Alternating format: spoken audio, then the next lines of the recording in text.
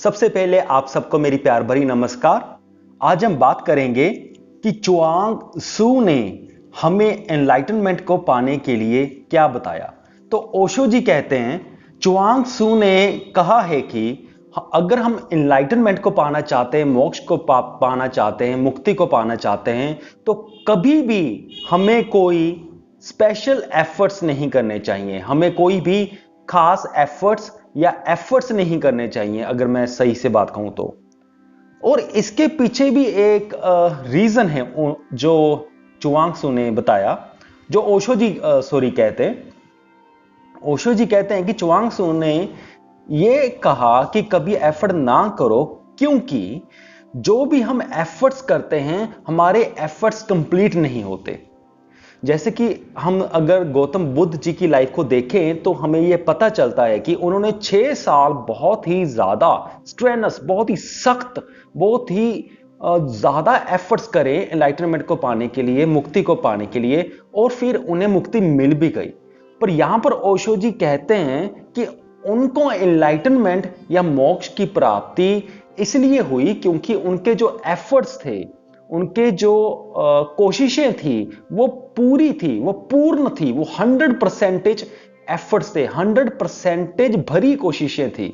पर अगर हम अपनी लाइफ में अगर हम ये सोचेंगे कि हम भी वैसे कोशिश करें, तो हम ऐसा नहीं कर पाएंगे। Very very very rare chances हैं कि हम उतनी फोकस के साथ वो एफर्ट्स कर पाएंगे या उतने ही पूरे आत्मा की पूरे जोर के साथ ऐसे स्ट्रेनस एफर्ट्स कर पाएंगे जैसे कि गौतम बुद्ध जी ने किए।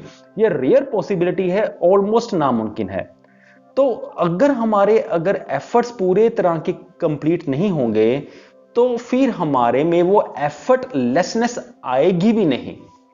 तो यहां पर ओशो जी कहते हैं कि गौतम बुद्ध जी ने पहले पूरे एफर्ट्स किए, फिर जब उनको रियलाइज हुआ कि मेरी 100% कोशिशें करने के बाद भी मुझे कुछ नहीं मिला, तो वहां पर वो पूरे होपलेस हो गए। दुनिया से तो पहले ही वे होपलेस हो चुके थे, और स्पिरिचुअल एफर्ट्स करते करते भी वो जब कंप्लीटली होपलेस हो गए, पूरी उम्मीदें छूट की दोनों तरफ से, तो तब क्या हुआ, उस रात उनको कोई सपना नहीं आया। ऐसा ओशो जी कहते हैं, उस रात उनको सपना नहीं आया, क्योंकि सपने भी उनको आते हैं जिनके एफर्ट्स कंप्लीट नहीं हो पाते। और क्या होता है, फिर हम वो एफर्ट्स अपने सपने में कंप्लीट करते हैं जो हम चेतन अवस्था में कंप्लीट नहीं कर पाते।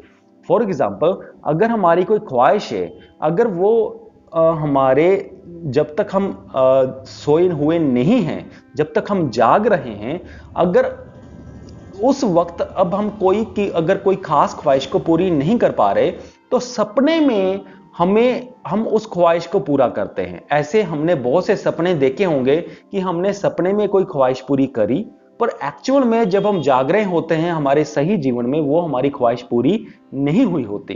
तो इसका मतलब क्या है कि हम सपने में वो उन कामों को पूरा करते हैं, उन चीजों को हासिल करते हैं जो हम अपनी एक्चुअल लाइफ में हासिल करने से चूक जाते हैं या फेल हो जाते हैं।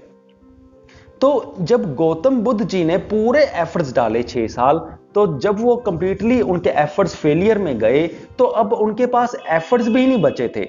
यानी कि उनके एफर्ट्स कंप्लीट थे ही नहीं, उनके एफर्ट्स कंप्लीट इतने हो चुके थे, वो 100% होपलेस हो गए। और जब वो उस रात सोए तो कोई सपना नहीं आया, क्योंकि उनके एफर्ट्स पूरे हो चुके थे, 100% होपलेस हो चुके थे।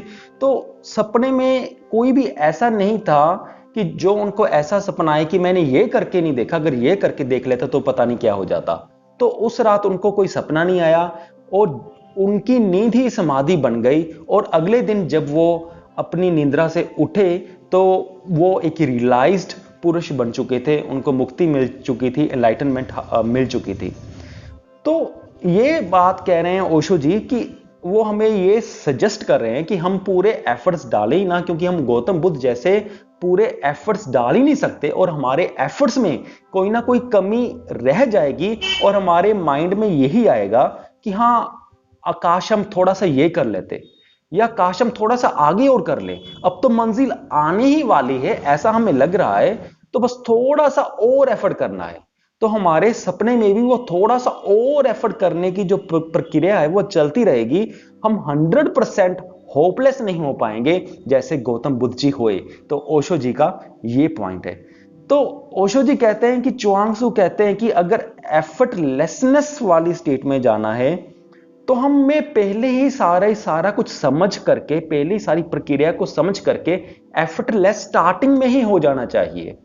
या तो हमें स्टार्टिंग में होना पड़ेगा या हमको बहुत ही सारी उम्र या कई जन्मों तक ये एफर्ट करते रहने पड़ेंगे कि एक वो पॉइंट आए कि हम 100% होपलेस हों और फिर हमें एफर्टलेसनेस आए। तो चुआंग-सू कहते हैं कि समझदारी इसी में है कि हम स्टार्टिंग में ही एफर्टलेस हो जाएं। तो ये था आज का वीडियो। मुझे पूरी उम्मीद है कि आप सबको ये समझ में आ गया होगा। इस वीडियो को देखने के लिए आपका बहुत बहुत धन्यवाद।